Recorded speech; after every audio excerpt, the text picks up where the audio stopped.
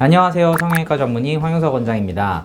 오늘은 안면 윤곽 수술 전에 꼭 해야 될 치료, 그 다음에 미뤄서 해야 될 치료, 요거에 대해서 말씀을 좀 드릴게요. 기본적으로는 그래요. 이 수술 자체가 안면골을 수술하는 거기 때문에 가장 가까이 붙어 있는 부분, 주로 치아가 되겠죠. 이런 부분들 관련해서 입안 쪽에 어떤 상처를 만든다거나 이렇게 치료 범위가 겹치는 거죠. 해당되는 부분에 어떤 염증이라든지 이런 문제가 있다 그러면은 미리 해결을 하고 수술하는 게 좋고요. 만약에 거기에 어떤 심각한 문제가 발생했다 그러면은 수술 시기를 좀 늦추거나 조절을 하더라도 깔끔하게 치료를 해놓고 수술을 하는 게 좋은 게, 이 윤곽 수술이라는 것 자체는 일종의 미용 수술이기 때문에 무슨 이렇게 위험 부담을 감수하면서까지 억지로 당겨서 진행을 할 이유가 없거든요.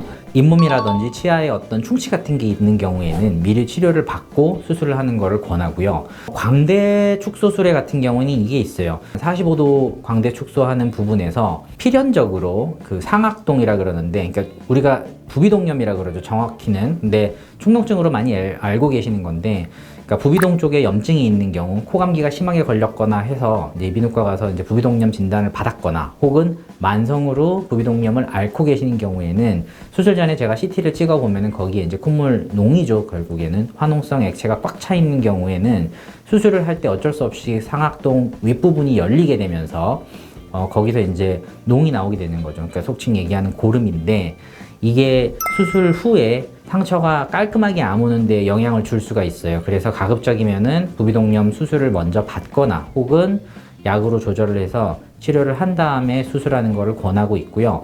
경우에 따라서는 수술 후에 부비동염이 생기는 경우도 있어요. 그러니까 어떤 요건들을 갖추고 있는 상황에서 수술 진행 후에 그 주변에 있는 점막이라든지 이런 부분에 염증이 더 심화되고 심해지면서 농이 많이 발생하는 경우가 있는데, 이럴 때는 이제 저희 병원에서 저희가 알려드리는 상악동 관리하는 방법이 있는데, 그거를 잘 따라와 주시면 대부분의 문제는 안 생기고요.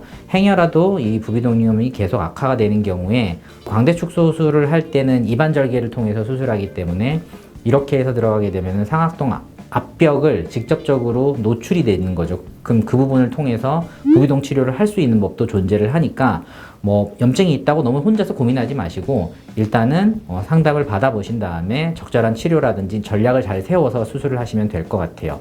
그리고 한편으로 이제 사각턱 수술의 경우에는 치조골이라 그러죠. 그러니까 턱은 턱뼈가 있고 그 위에 치아가 이제 뿌리 내리고 있는 치조골 조직이 같이 있는 뼈가 되는데, 그 치조골 쪽에 염증이 있거나 아니면 치과 쪽 관련돼서 치아의 염증, 그 결국 충치가 되는 건데, 이런 부분이 있는 경우에는 윤곽 수술 후에는 입을 크게 못 벌린단 말이에요. 그러면 수술 후에 충치가 있다고 해도 적절하게 치료를 받기 힘들고 치과 선생님들이 치료하는데 문제가 될 수 있기 때문에 가급적이면 이런 부분들을 해결해 놓고 수술하는 게 좋고요.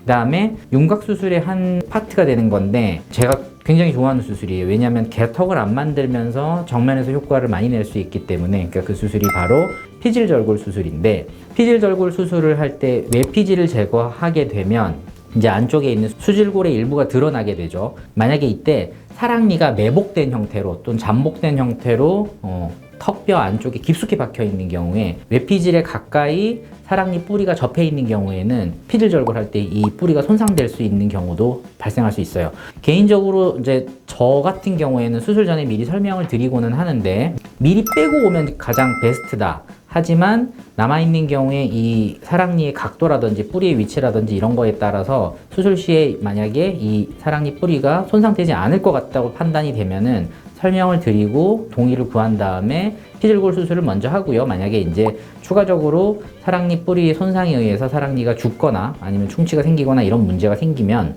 그러면 이제 추가적으로 나중에 발치할 거를 고려하고 수술을 하라고 말씀을 드리고는 있어요. 근데 아직까지 제가 피질절골하고 사랑니 뿌리가 노출된 경우에 추가적으로 사랑니 발치를 필요할 정도로 손상이 크게 간 경우는 없어서 저 같은 경우에는 나름 안심시켜 드리면서 수술을 진행을 하고 있는 편입니다. 그리고 참고로 임플란트라든지 치아 교정 같은 경우에는 이미 교정 중이거나 또는 임플란트가 완전히 다 식재가 된 이후에는 사각턱 수술 자체에 의해서만으로 이런 부분들이 직접적으로 손상이 가지는 않기 때문에 상황에 따라 조금씩 다르긴 할 거예요. 하지만 대부분의 경우에는 문제없이 이제 수술이 가능하다는 거 알고 계시면 되겠고, 교정 장치 중에도 이제 바깥에 이제 브레이스라 그러죠. 은색으로 되어 있는 거 수술하는 데는 크게 지장이 없으니까 그렇게 참고하시면 좋을 것 같습니다. 오늘은 안면윤곽 수술을 할 때 미리 치료를 해야 되는 경우랑 그다음에 손상받을 수 있는 부분들 이런 거 관련돼서 정보를 좀 드렸고요. 다음번에 좀 더 유익하고 재미있는 정보로 찾아올 수 있도록 하겠습니다. 자, 좋아요와 구독 잊지 마시고 다음 시간에 다시 뵐게요. 감사합니다.